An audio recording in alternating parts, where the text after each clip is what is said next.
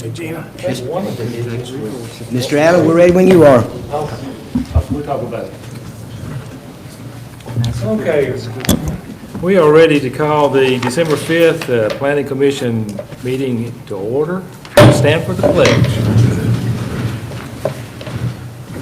I pledge allegiance to the flag of the United States of America and to the republic for which it stands, one nation, under God, indivisible, with liberty and justice for all.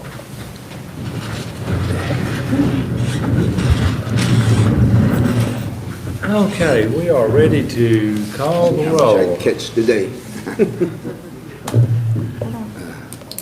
be a short meeting. Mr. Townsend. Here.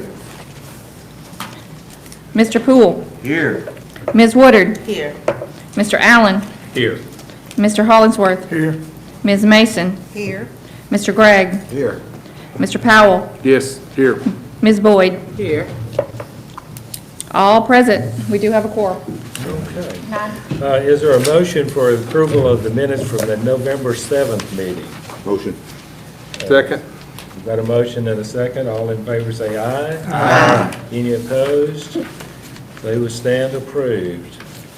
Okay, under new business tonight, we only have one item remaining on the agenda, and that is a Village Green replat, lot number 2, phase 2 of townhomes. Is there a motion to put this on the floor for discussion? So moved. I'll take one of those as a second. Got him. All in favor say aye. Aye. Any opposed? Okay, we're on the floor, Dave. Thank you, Mr. Chairman, and before we get started, I would just like to say that our gift is just one item for Christmas, and we appreciate all that y'all have done for us this year as we get ready to move into the new year.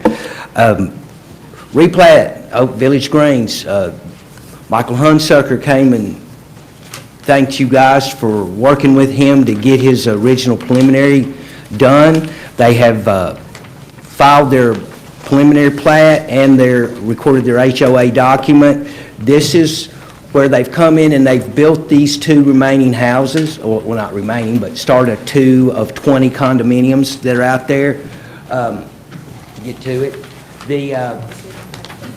This is Steve has given us the state plan coordinates for these 2 lots, well, 2 townhomes right there.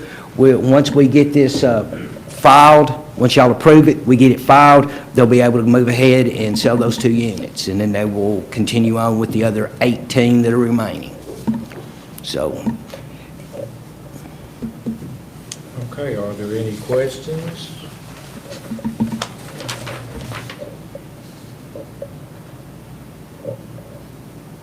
Everybody's thinking.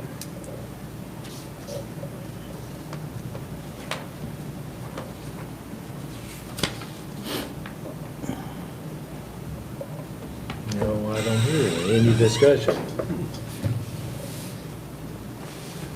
Are we ready for a motion? Is there a motion for approval? I make a motion to approve. Okay. Wait a seconds. Okay. Alan and right there. Okay. Quick tongue tied tonight. Okay, we're ready to vote. Ms. Boyd. Yes. Mr. Townsend. Yes. Mr. Poole. Yes. Ms. Woodard. Yes. Mr. Allen. Yes. Mr. Hollingsworth. Yes. Mr. Gregg. Yes. Ms. Mason. Yes. Mr. Powell. Yes. All right, we're under old and business and other business, there's a site plan and subdivision approvals, your review. Yes, sir, and as you can see, in a nutshell, we had, and you guys didn't see all of these, you saw anything over 2 lots or that needed infrastructure, but we had 17 replats, 39 subdivision and plan reviews, that includes the construction plans. We had 15 development plans reviewed, site plans. We've got 8 ongoing developments under review at the present time.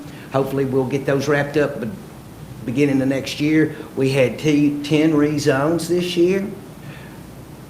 We talked to you guys about 5 variances, and one that you never see, but I wanted to make sure that you were aware of. This year, we issued 85 residential permits, we issued 3 commercial permits, and we issued 2 industrial construction building permits. So, anybody have any questions? I just appreciate that report. That's progress there. It's It good to is. see that. I just wanted to let y'all know we do stay busy, not just our staff, but, you know, we keep the department heads hopping. Sometimes they get a little upset with us because we do push them for a timely review to provide the customer service that we would like to provide to anybody that comes and wants to develop in Springfield. With that said, there's no BZA meeting this month. And we want to wish each and every one of you a Merry Christmas and a Happy New Year. Thanks for all that you do for the city of Springfield and the support that you give our staff. We thank you very much. And we're 100% attendance tonight. I think Okay. Okay, is there anything else? I just have a question. I'm sorry. You go ahead. What did we decide on next month's date to meet? January the 2nd. January 2nd. Thank you for asking. I just assumed that we had already reached out. I apologize. It's probably just my lack of ignorance. It's probably ignorance here, but I just need to understand what is going on with the daycare property that we own, that we sold, as we owned it over 20 years and paid commercial taxes on it. You know, we had talked to some people about it, and it looked like everything was okay, and I just don't understand where it's at right now. Well, to rezone that property, the church has to agree to be rezoned, and they have not agreed to do so. We cannot just travel down a right-of-way and rezone a parcel, and furthermore, we can't rezone a parcel that small. It would be considered spot zoning within the laws of the state of Tennessee, and we're not allowed to do something like that. I understand where you're at, but since 1990, that parcel has been zoned R10, and then I want to say 2010, 11, that whole area was rezoned to RS10 in an attempt to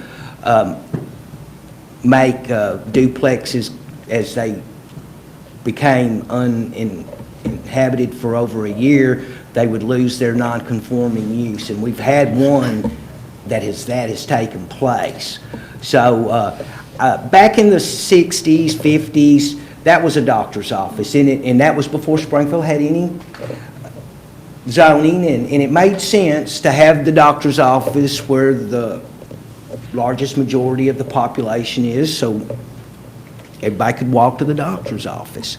But at some point, that got rezoned to residential, and I don't understand why that they're classifying it as a commercial, but it's zoned residential. It has lost any of its nonconformity because it's not been used as anything over the last year. So its only use is a residential use unless it's rezoned. But for 20 years, it was used as commercial property. Yes, Just ma'am. because it has a year that there's not been anything in it. Is that what you're saying? Yes, ma'am. It has lost its nonconformity. And speaking of nonconformity, we're going to, at the January meeting, Gina's going to do a 15-minute training block on nonconformity. What that definition is, when we speak of nonconforming buildings or nonconforming uses, and the discontinuance of those uses. In a nutshell, nonconforming buildings, if they get destroyed by natural causes more than 50%, they can't be rebuilt as they were. Nonconforming uses, if it goes 365 days without occupation or a continuation of the nonconforming use, the nonconforming use goes away, and the only uses that are available are the present zoning classification uses. So what you're saying right now, the Methodist Church, the funeral home would have to agree to rezone all of that, Yes, ma'am. and that's the only way it can be done. That's the only way that it can be done. But we would, I will go ahead and just say that I don't think that that parcel should be rezoned to CC.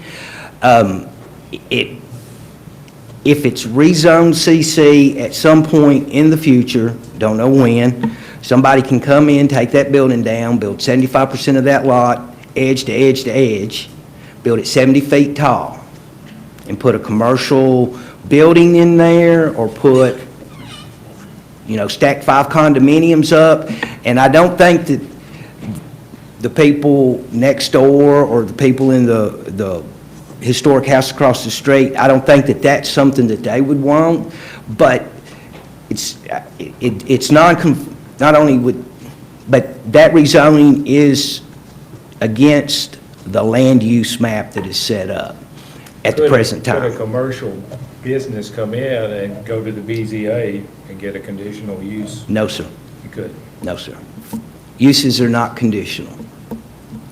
Things that people can get at the variances for, or side yard setbacks, conditional uses. If somebody was to come in there, they converted it to a house, I agree that it would be an architecturally different house, but they make it into a living structure, and it's a house. Somebody could then put in a home occupation similar to a CPA, or an engineer, or an attorney, or a nursery school, as long as there wasn't a lot of, in and out, and they didn't have more than one employee. So, that would be another topic within our training, is what are conditional uses, and how they're granted by the BZA, but, when you do that, you take away from the character of the existing zoning overlay. There are a lot of people that don't want to speak up for or against conditional uses, but they tend to upset neighbors. We tend to get a lot of calls about approval of conditional uses. We don't throw the BCA under the bus, by the way, Buzzy, when that happens. Okay. Is that all on that? But Ms. Head will have a training module on nonconformity next month.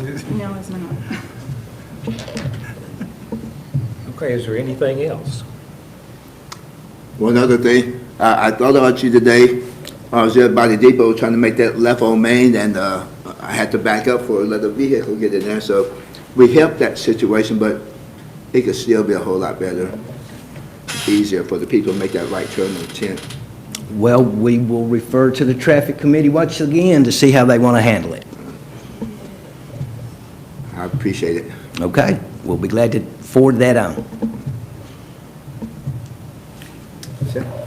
Is there anything else? If not, everybody have a good Christmas, and we'll stand adjourned.